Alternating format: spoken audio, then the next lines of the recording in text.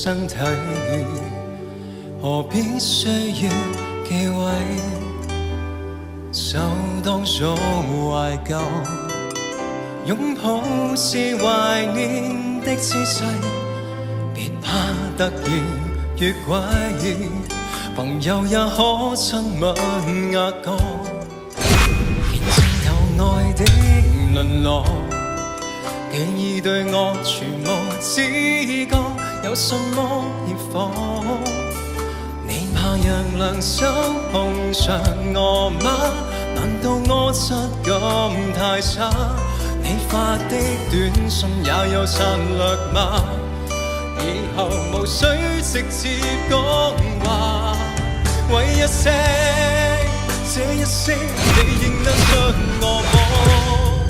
這親昵到陌生的經過，我說過最愛抱你，到這日你想閃我，怕了我，但是我自問我哪有做錯？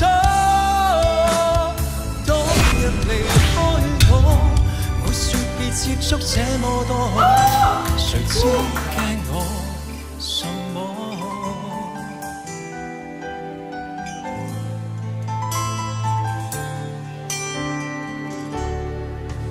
你怕讓兩手碰着我嗎？難道我質感太差？